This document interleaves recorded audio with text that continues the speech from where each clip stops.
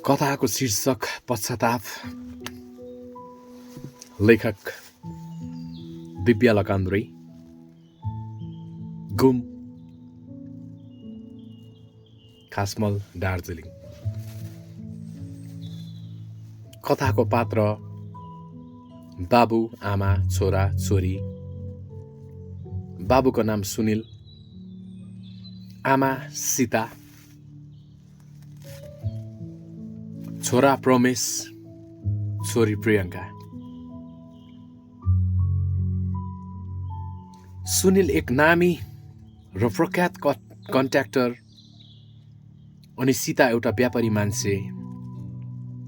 प्राय समय नै लोग्ने स्वास्नी बिहान पख निक्लेर बेलुकी कोही बेला लोग्ने छिट्टै आउँथ्यो भने कोही बेला स्वास्नी त्यसैले घरमा काम गर्ने एउटा सानो 10-12 वर्ष पुगेको प्रिया नाम भएको एउटी बालिकालाई पनि राखेको हुन्छ।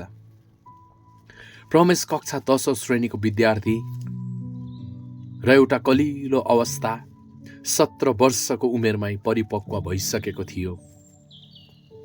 अनि प्रियङ्का पनि 7औं श्रेणीको विद्यार्थी थियो। प्रत्येक समय नै सुनिल र सीता दुवै घरमा फाल्टो समय नै पाउँदैन थियो।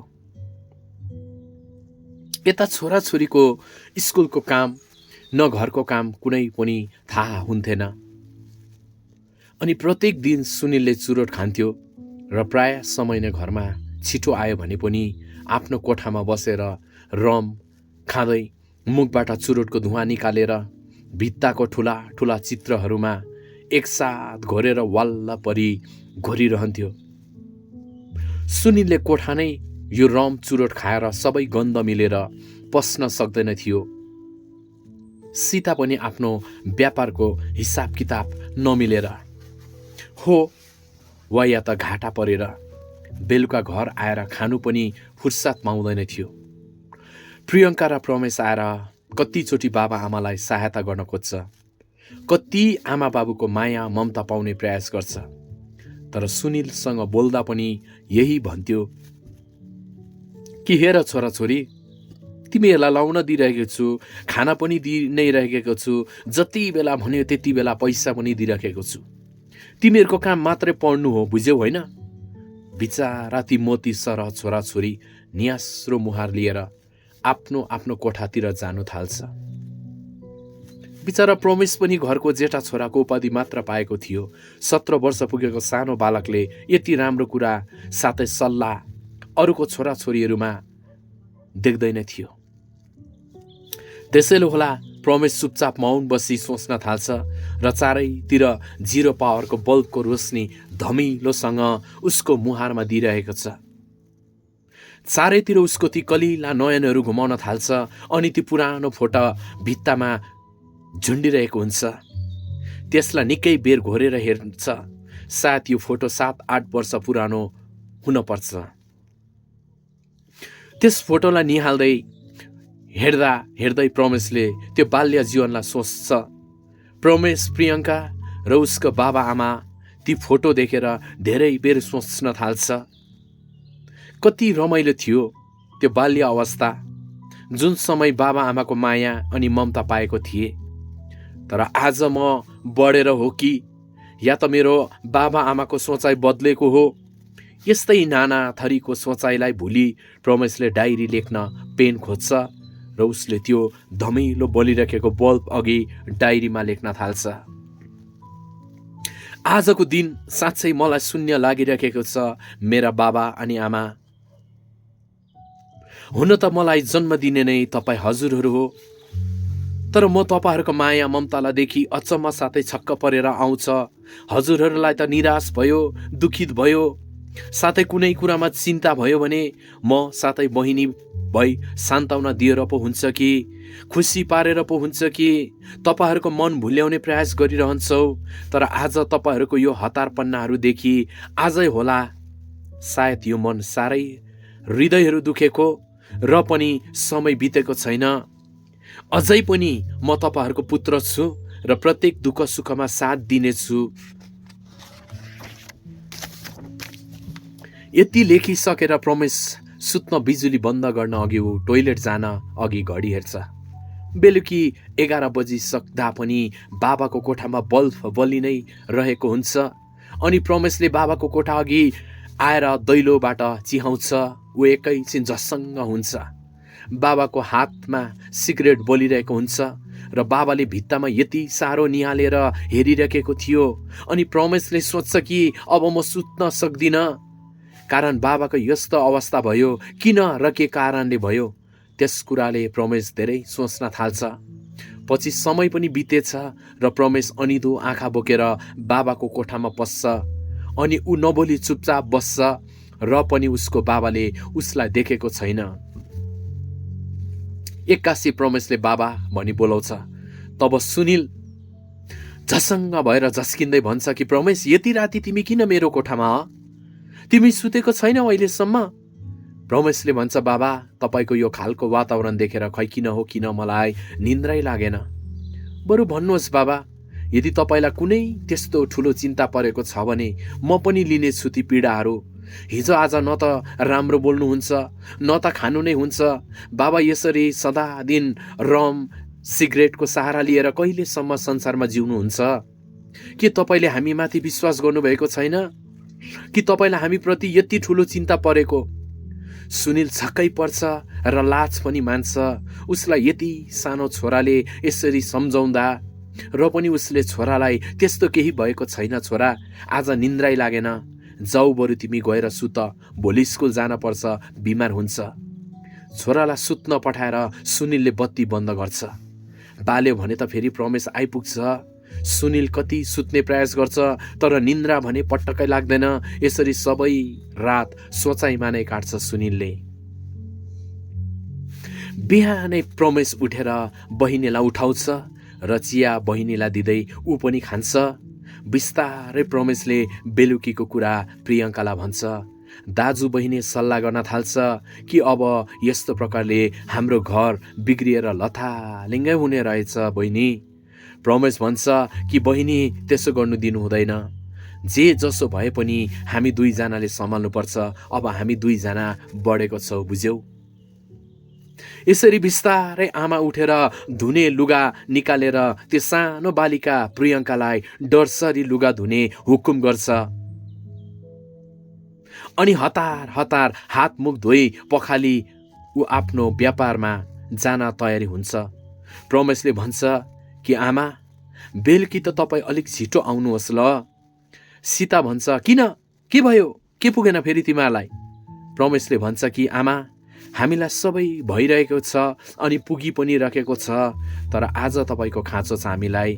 सीताले त्यही भन्छ कि खानु पाइराखेको छौ, लाउनु पाइराखेको छौ, फेरि भएन जति बेला भने त्यति बेला पैसा पनि दिइराखेको छु।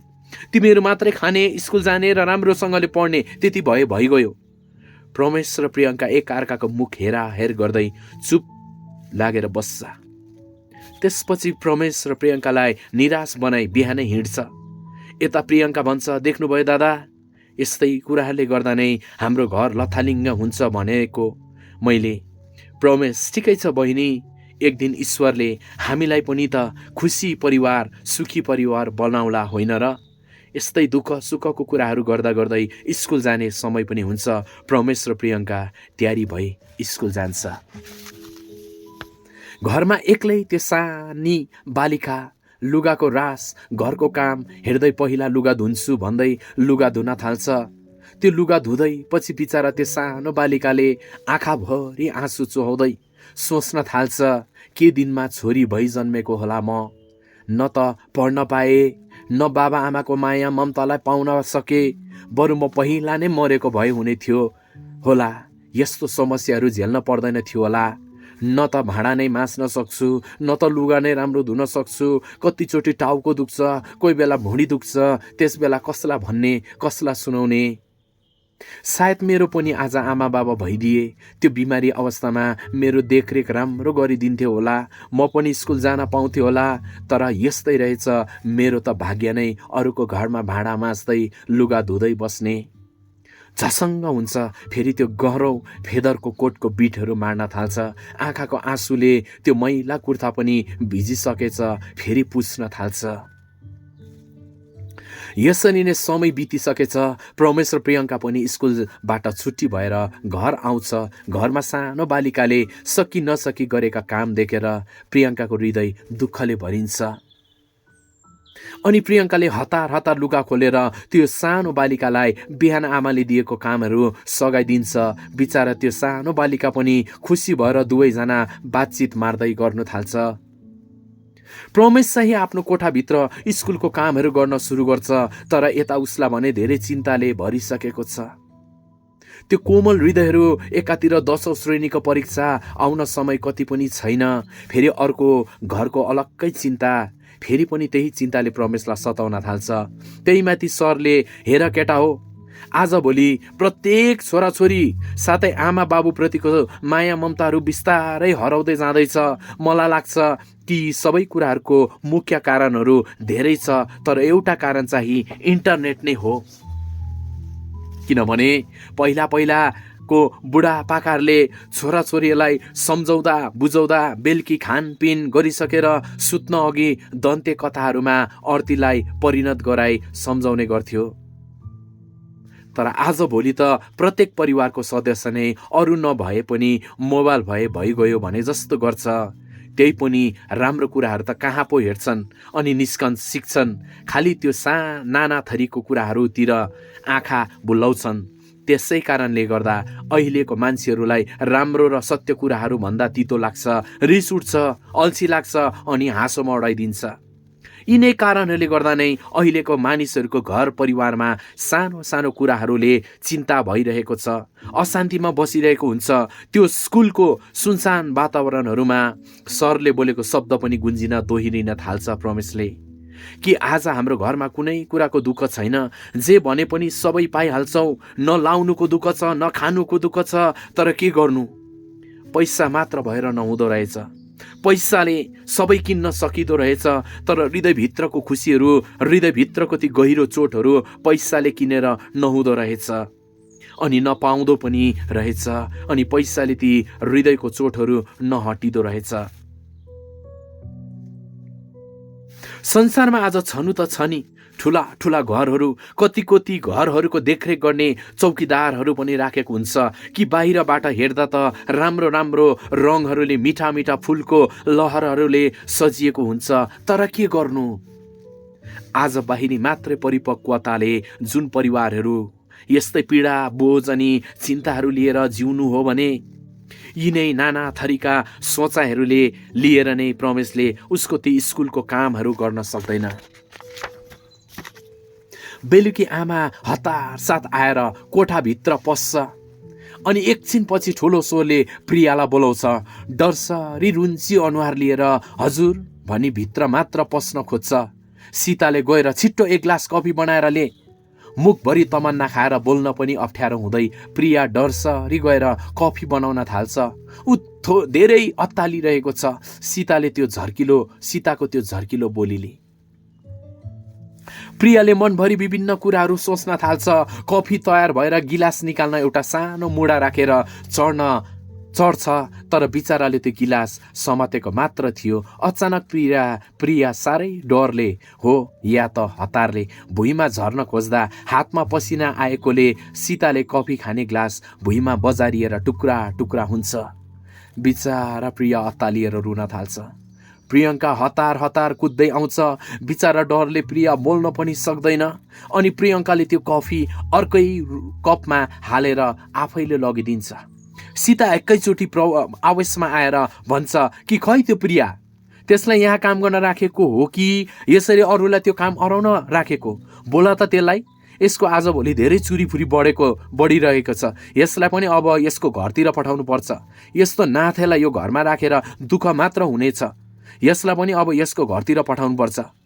प्रियङ्का यतिम जेलसम्म मौन भई बसिरहन्छ अनि भन्छ कि आमा कफी खानुहोस्, चिसो भइसक्यो, छोडिदिनुहोस् न। बिचरा त्यो सानो केटीलाई किन त्यसो भन्नुहुन्छ?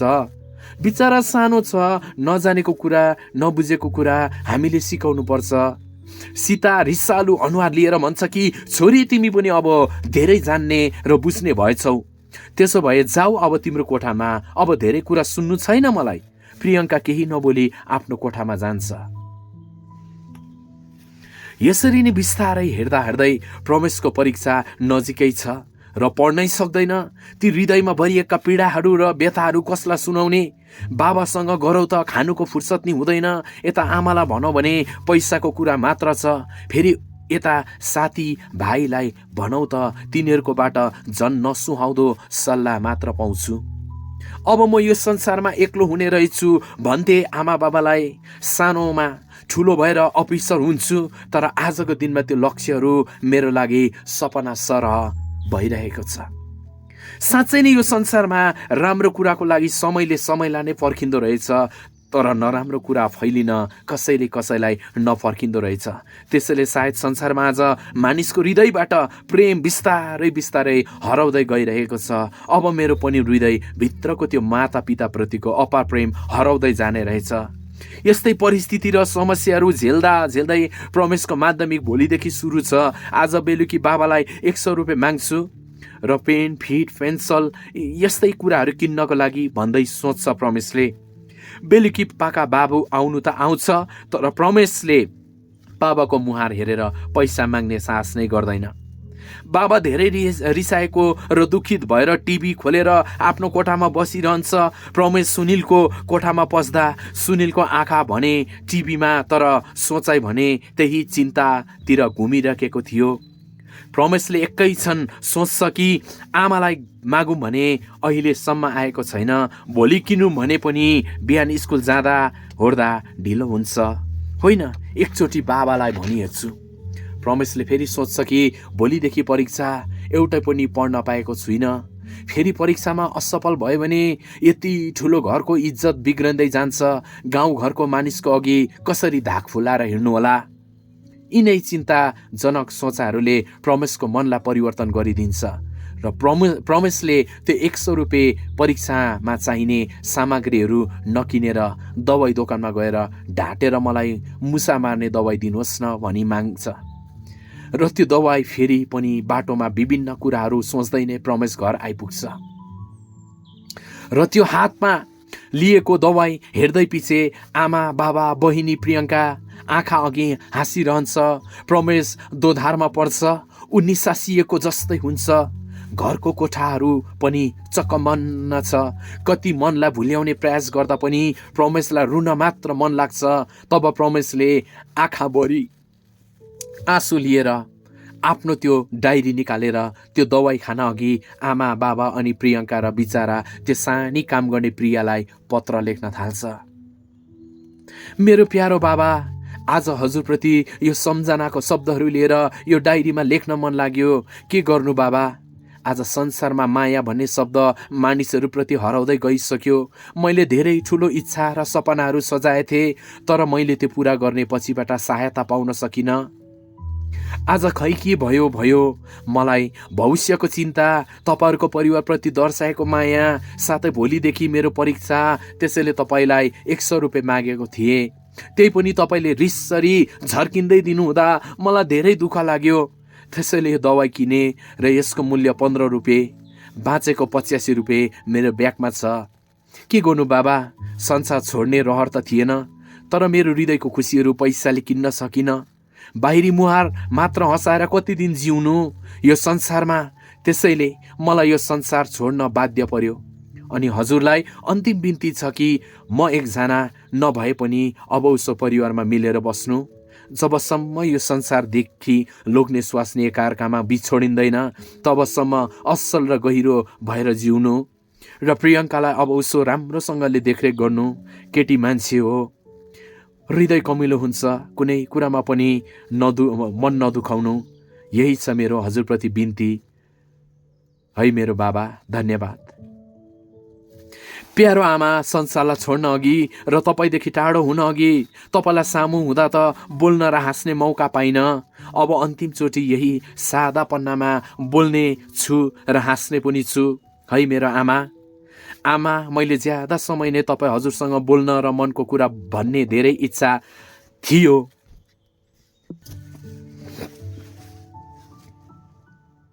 तपाईँ सामु हुँदा बोल्न र हाँस्ने मौका पाइन। अब अन्तिमचोटि यही सादा पन्नामा बोल्ने छु र हाँस्ने पनि छु है मेरो आमा। आमा, मैले ज्यादा समय नै तपाईँ हजुरसँग बोल्न र मनको कुरा भन्ने धेरै इच्छा थियो, तर के गर्नु है, तपाईँसँग त्यो समय नै थिएन। कतिचोटि तपाईँ हजुरहरूको हामीप्रति गरेको व्यवहार सम्झी म र बहिनी एकअर्कामाझ अँगालो हालेर रुन सिवाय अरू केही पनि गर्न सकेनौँ। आमा, अवश्य त्यो तमन्ना नखानुहोस्, तपाईँ सामु त भन्न सकिनँ, तर पनि आज यो हृदयको भावनाहरू भनिरहेको छु। बाबासँग राम्रो बोल्नु अनि बाबालाई त्यो सिगरेट, रम, त्यस्ता प्राणघातक कुराहरू खान नदिनुहोस्। ल आमा, यस्तो कुराहरूले नराम्रो साथै डरलाग्दो रोगहरू लाग्छ। त्यसैले आमा, आफ्नो साथै परिवारको राम्रोसँगले याद गर्नुहोला।